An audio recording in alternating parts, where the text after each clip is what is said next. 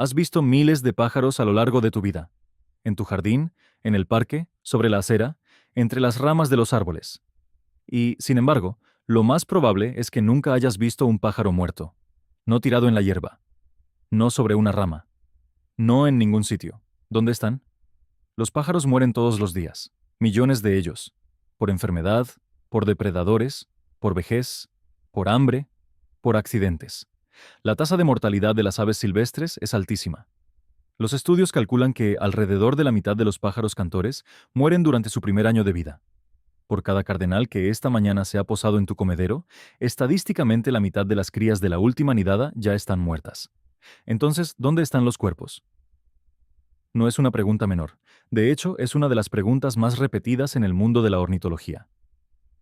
Y la respuesta es mucho más concreta y mucho más extraña de lo que la mayoría imagina. Bienvenido de nuevo al canal. Si es la primera vez que nos ves, suscríbete antes de marcharte, porque lo que vas a descubrir hoy va a cambiar la forma en que percibes la ausencia de algo que llevas notando, sin darte cuenta, toda tu vida. Hoy vamos a entrar de lleno en por qué casi nunca ves un pájaro muerto.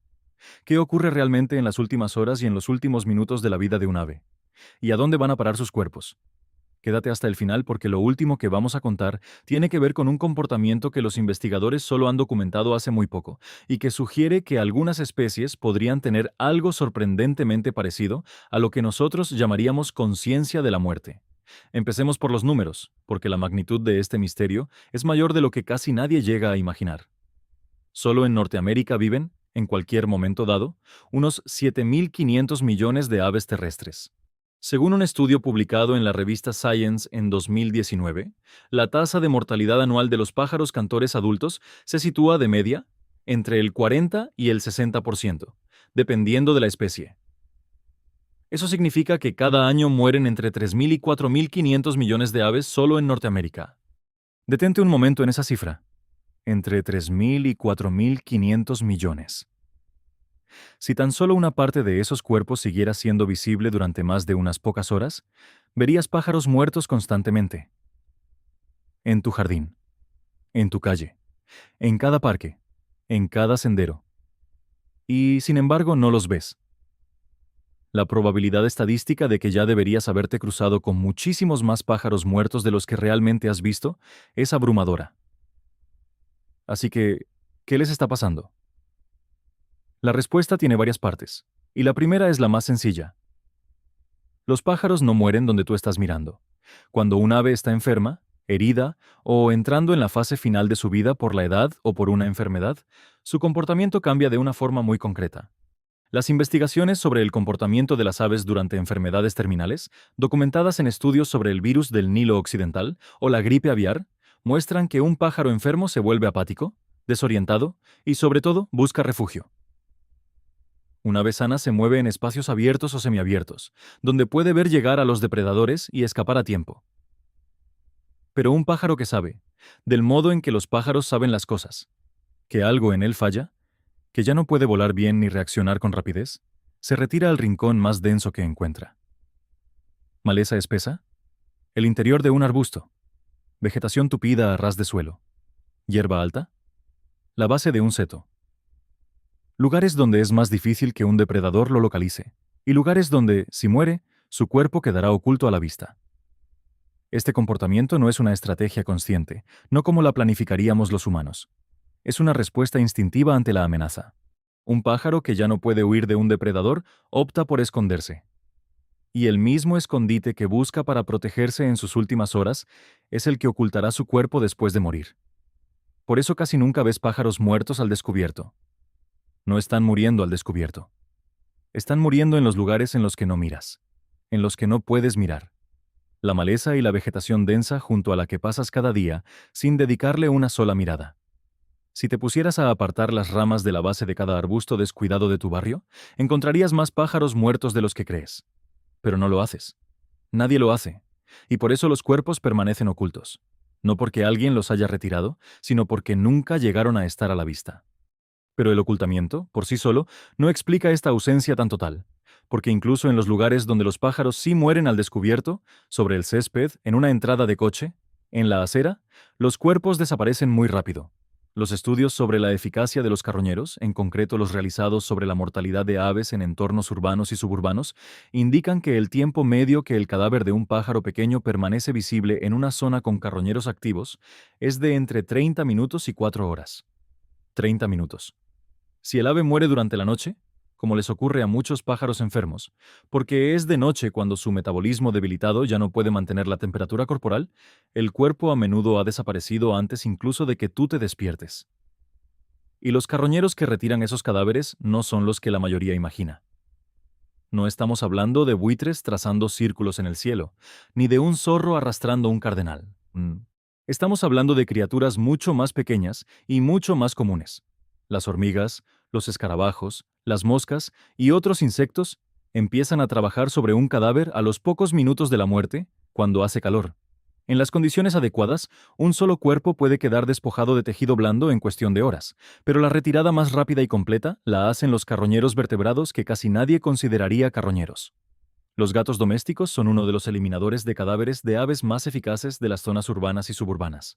Un estudio publicado en la revista Nature Communications calculó que los gatos domésticos que campan libremente por Estados Unidos matan entre 1.300 y 4.000 millones de aves al año.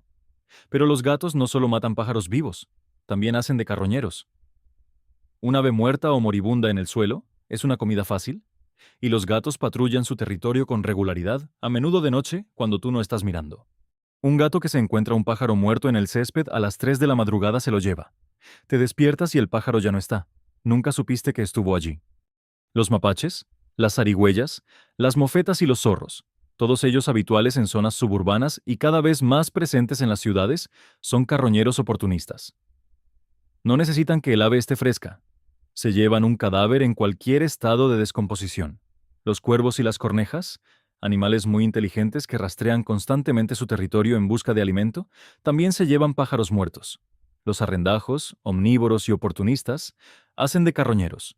Hasta las ardillas, que la mayoría imagina comiendo nueces, aprovechan los cadáveres de aves para conseguir proteína, sobre todo en invierno, cuando escasea el resto de la comida.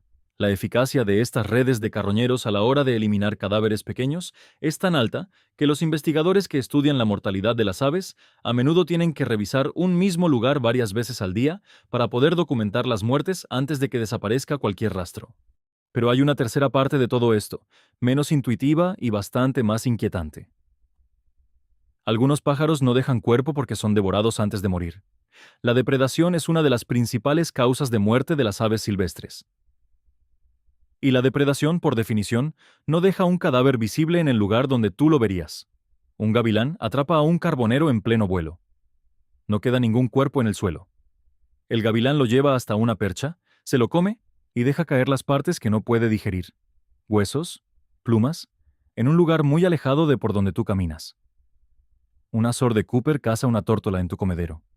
Tú ves una explosión de plumas. Pero, para cuando sales a mirar, el azor ya no está. Y la tórtola tampoco. Lo único que queda son unas pocas plumas esparcidas por el césped.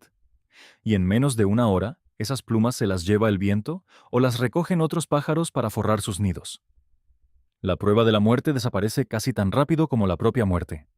Los búhos y las lechuzas son aún más eficaces. Un búho real, o un autillo que caza de noche, se lleva a un ave dormida de su posadero. La muerte ocurre en plena oscuridad. El búho consume al pájaro entero, o en grandes pedazos, y, horas después, regurgita una egagrópila con las partes que no ha podido digerir, a menudo a kilómetros del lugar de la captura. Tú nunca ves al pájaro, nunca ves la caza. La única señal de que ocurrió es una pequeña bola de restos en el suelo, bajo un árbol lejano, y a menos que sepas qué estás mirando, pasas de largo sin reparar en ella. Los depredadores mamíferos, los gatos, los zorros, las comadrejas, hacen lo mismo. Atrapan al pájaro y lo consumen en otra parte. El comportamiento del depredador borra la imagen de la muerte. No queda ningún cuerpo. Así que, cuando juntas todos estos factores, el ocultamiento del ave moribunda, la rápida retirada de cualquier cadáver expuesto y el consumo por depredación que no deja restos en lugares visibles, la probabilidad estadística de que te cruces con un pájaro muerto se desploma. Tendrías que estar en el lugar exacto, un sitio donde un ave hubiera muerto al descubierto, en el momento exacto. Esa estrecha ventana entre la muerte y la llegada del carroñero, y en un punto en el que de verdad te fijaras de cerca, no bajo la maleza ni entre la vegetación densa. Que se den todas esas condiciones a la vez es algo muy raro. Por eso tu percepción de que nunca ves pájaros muertos es completamente acertada. No los ves. Y no es porque no estén muriendo, sino porque cada proceso ecológico que sigue a la muerte está optimizado para borrar las pruebas a toda velocidad. Y ahora hablemos de la parte de esta pregunta que se vuelve incómoda, la parte sobre si los pájaros tienen alguna conciencia de su propia muerte, o de la muerte de otros pájaros. Durante mucho tiempo, la ornitología dio por hecho que las aves no tienen un concepto de la muerte, que carecen de la arquitectura cognitiva necesaria para entender la mortalidad como una idea abstracta.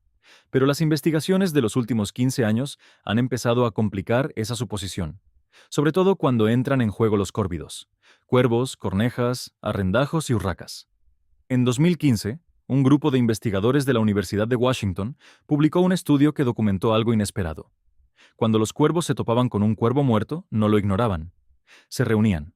Llegaban varios cuervos al lugar donde yacía el cuerpo, a veces decenas de ellos, y se comportaban de una forma que los investigadores describieron como acoso colectivo. Graznaban con fuerza, rodeaban el cadáver, se posaban cerca de él y permanecían en la zona durante un buen rato, a veces 15 o 20 minutos, o incluso más. El comportamiento era constante. Se repetía en distintas poblaciones de cuervos, y no iba dirigido contra ningún depredador. Los cuervos no estaban acosando a una amenaza.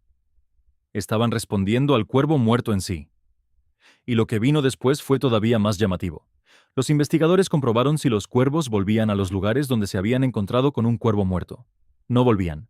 Aquellos que habían participado en uno de esos episodios evitaban ese lugar durante semanas, a pesar de que estaba dentro de su territorio, a pesar de que allí había comida disponible. La presencia de un cuervo muerto había marcado ese sitio como peligroso en la mente de los cuervos vivos. Habían aprendido algo de aquella muerte. Habían actualizado la valoración de riesgo de ese espacio. Esto no demuestra que los cuervos entiendan la muerte en el sentido filosófico en que la entendemos los humanos. Pero sí es una prueba de que los cuervos reconocen a un cuervo muerto como algo significativo, de que responden a la muerte con comportamientos concretos y repetidos, y de que la experiencia de encontrarse con un individuo muerto cambia su conducta futura. Y eso no es poca cosa. Otras especies de córvidos muestran comportamientos parecidos. Se ha observado a urracas trayendo briznas de hierba y cubriendo con ellas el cuerpo de urracas muertas. Un comportamiento que no tiene ninguna función de supervivencia evidente y que, a ojos de un observador humano, se parece bastante a algo cercano al duelo o al entierro. Los arrendajos californianos, según una investigación de la Universidad de California en Davis, dejan de esconder comida y aumentan sus llamadas de alarma cuando hay un arrendajo muerto cerca, conductas que apuntan a una vigilancia elevada y a una comunicación social en torno a esa muerte. Si esos comportamientos deberían llamarse funerales, duelo o rituales, es una cuestión que los investigadores tratan con mucha cautela. Esas palabras cargan con un peso emocional y cultural humano que quizá no encaje, pero lo que no está en duda es que estas aves están haciendo algo. No ignoran la muerte. Responden a ella de formas constantes, socialmente coordinadas y conductualmente complejas. En el caso de la mayoría de los pájaros cantores, las pruebas de esa conciencia de la muerte son más escasas. Existen relatos anecdóticos de cardenales o petirrojos que permanecen horas junto a su pareja muerta, llamándola, regresando una y otra vez, comportándose de un modo que sugiere angustia. Pero los relatos anecdóticos no son pruebas científicas, y esas conductas podrían explicarse por otros factores. Defensa del territorio, confusión, o un vínculo de pareja que sencillamente aún no se ha actualizado para asumir la ausencia del compañero. Lo que sí está claro es que la mayoría de los pájaros cantores pequeños no responden en grupo ante un individuo muerto, como hacen los córvidos. Si eso refleja una diferencia cognitiva, una diferencia en la estructura social, o sencillamente lo poco que un ave pequeña puede permitirse gastar en comportamientos que no sirven para sobrevivir, sigue siendo una pregunta abierta. Esto es lo que deberías llevarte de todo esto. La ausencia de pájaros muertos en tu día a día no es casual. Es el resultado de varias estrategias evolutivas que se solapan. La huida ante depredadores, que empuja a las aves moribundas a esconderse. La eficacia de los carroñeros, que retira en cuestión de horas cualquier cadáver expuesto. Y la propia depredación, que consume a los pájaros antes de que sus cuerpos lleguen a aparecer. La pregunta de a dónde van los pájaros muertos tiene una respuesta concreta y observable. Van a parar a la maleza espesa, van a parar al estómago de los carroñeros, van a parar a las garras y los picos de los depredadores. Los procesan los insectos, las bacterias, Los mismos sistemas de descomposición que se encargan de cualquier organismo muerto. Desaparecen no por arte de misterio, sino por pura ecología. Y aún así, en el caso de algunas especies, puede que esté ocurriendo algo más. Un reconocimiento, una respuesta, un comportamiento que sugiere que la muerte no se procesa solo como ausencia, sino también como presencia. La presencia de algo que otros pájaros advierten, alrededor de lo cual se reúnen y que recuerdan. La próxima vez que cruces tu jardín y pienses en lo extraño que es no ver nunca un pájaro muerto, ya sabrás por qué. Están ahí. Siempre han estado ahí. Lo que pasa es que no estás mirando en los lugares adecuados, en los momentos adecuados, y los sistemas que los retiran son más rápidos y más eficaces que tu capacidad de darte cuenta. Cuéntame en los comentarios. ¿Has encontrado alguna vez un pájaro muerto? ¿Dónde fue? ¿De qué especie? ¿Cuánto tiempo crees que llevaba allí? Quiero saberlo. Los leo todos. Nos vemos en el próximo vídeo.